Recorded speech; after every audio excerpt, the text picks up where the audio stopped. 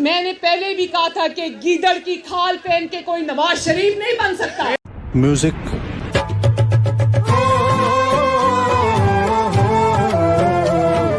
अब मैं वो जो दो बच्चों ने तकरीरें की थी उनके ऊपर मैं बात नहीं करना चाहता।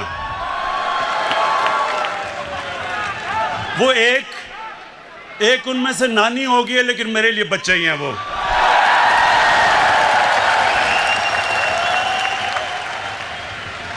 उसकी वजह है, सुने टाइगर्स, उसकी वजह है।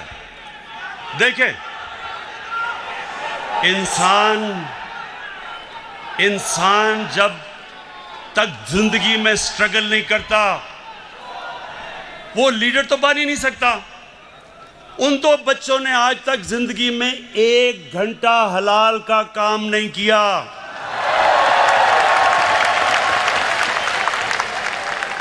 वो आज जाके लेक्चर दे रहे हैं दोनों।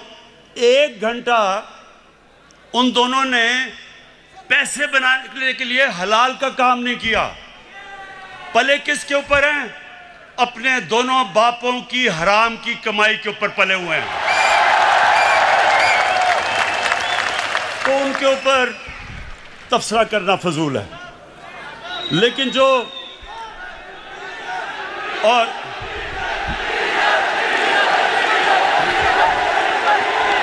देखें, जो आदमी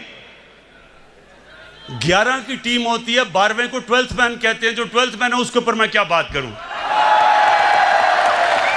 अच्छा, अब मैं असल, ये बड़ा गौर से सुनना आप। अब मैंने जो असल बात करनी है वो जो लंदन में आज बैठ के जिसने जो कल गुफ्तगू की, मैं उसके ऊपर बात करना चाहता हूं। लेकिन उससे पहले फैसल, सुने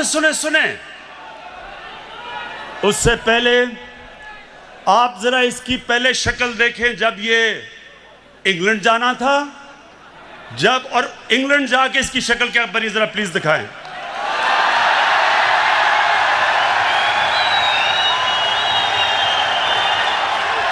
ये वही इंसान है।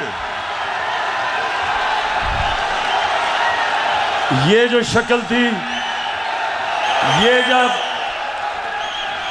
बस अच्छा, ये शक्ल जब शिरीन मजारी ने देखी तो तब बेचारी की आंखों में आंसू आ गए। और फिर से मैं बता दूं, शिरीन मजारी की आंखों में आंसू आना मुश्किल है, बड़ा मुश्किल काम है। लेकिन वो देखे, वो मेरी भी आंखों में आंसू आ जाते अगर मैं इसको अच्छी तरह जानता ना। अच्छा, अब एक मिनट, अब जरा वो दूसरा भाई साहब को जरा दिखा दें। ये लंदन में जरा भाई साहब की आप सुन रहे हैं। पिटीशन लगी हुई है लाहौर हाई कोर्ट में। खुदा करे अल्लाह ताला अपने बेपाया फजलो करम से, अगर खुदा करे अल्लाह ताला अपने बेपाया फजलो करम से अगर इजाज़त मिल जाए तो अपने वालिद साहब के साथ होगी, जो कि बहुत ही आम बात है। बाकी इनकी दूसरी जो ट्रीटमेंट भी जारी है, तो हार्ट के लिए इंशाअल्लाह जल्द अपॉइंटमेंट हमारी। बस ख्वातीन, रोना नहीं है आपने।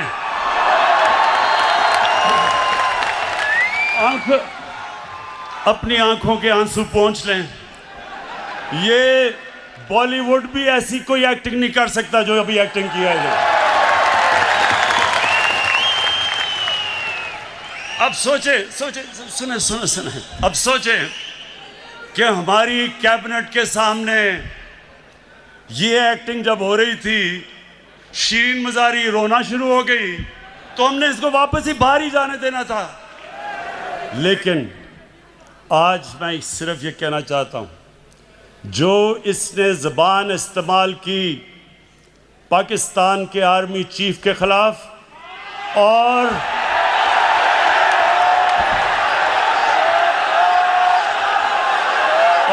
ISI के डीजी के खिलाफ, मैं आज इसके ऊपर खास बात करना चाहता हूं।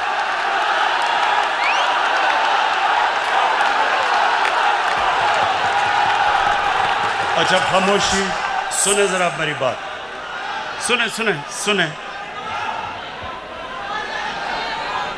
मेरे टाइगर्स और पाकिस्तान के नौजवानों, सुनो गौर से। बर्रे सगीर की तारीख में कभी भी ऐसी हिंदुस्तान में हुकूमत नहीं आई जो मुसलमानों से और पाकिस्तान से इतनी नफरत करती है जितनी नरेंद्र मोदी की हुकूमत करती है। हमारे फौजियों के ऊपर मुसलसल हमले हो रहे हैं। हर रोज हमारे फौजी अपनी जान की कुर्बानियां दे रहे हैं। परसों 20 पाकिस्तान के सिक्योरिटी फोर्सेस के लोगों ने शहादत पाई, 20 लोगों ने।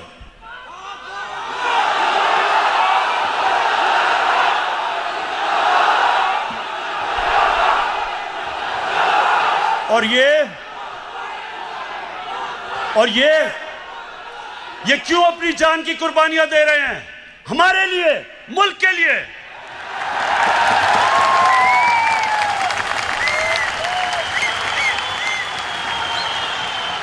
और ये गीदड़ जो दुमदमा के बाहर भागा था, वहां बैठ के आर्मी चीफ के ऊपर जो उसने कल जुबान इस्तेमाल की, और डीजी आईएसआई के ऊपर, सुने गौर से मेरी बात, मैं थोड़ा सीरियस आपसे बात करूंगा।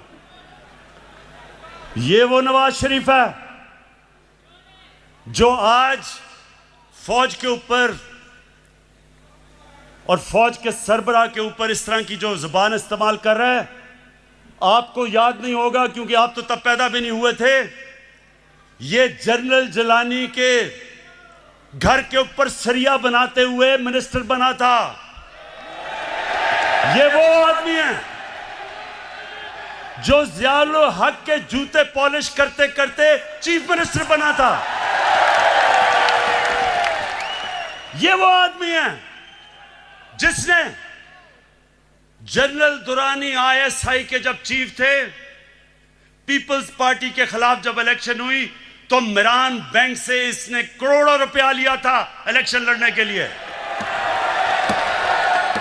डीजी आईएसआई की सुप्रीम कोर्ट को रिपोर्ट थी।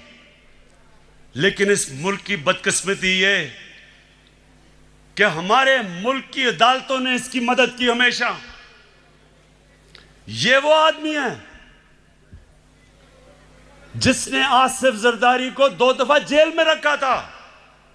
जनरल बाजवा ने नहीं डाला था और उसको कहता था पाकिस्तान का करप्ट तरीन आदमी है वो जरदारी। इसको ऊपर हुदायबा पेपर मिल्क का केस उसने इसके ऊपर बनाया था, जिधर अरबों रुपए इन्होंने करप्शन करके पैसा बाहर भेजा था, वो उसने नवाज शरीफ पे बनाया था। जनरल बाजवा ने नहीं बनाया था। ये वो नवाज शरीफ है। और जरदारी, चुप करके सुने, चुप करें जरा, सुने मेरी बात। ये वो जरदारी है और नवाज शरीफ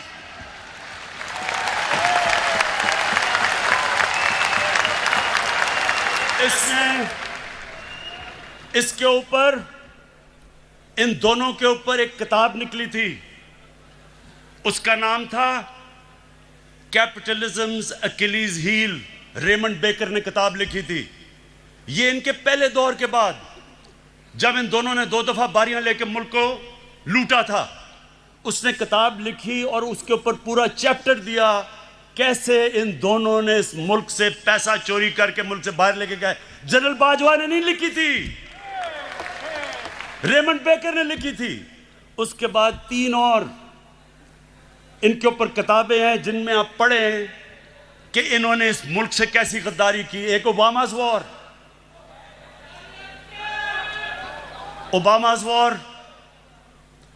एक एक है सूस्कीन, उसने किताब लिखी the way of the world.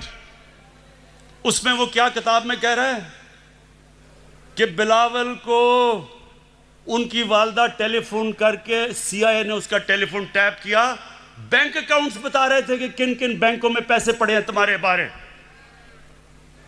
जो बाहर, अब जरा गौर से सुने मेरी बात, क्योंकि मैंने बाहर एक केस लड़ा हुआ है, हर जाने का केस बाहर लड़ा हुआ है इयान बोथम के खिलाफ, और जीता था केस।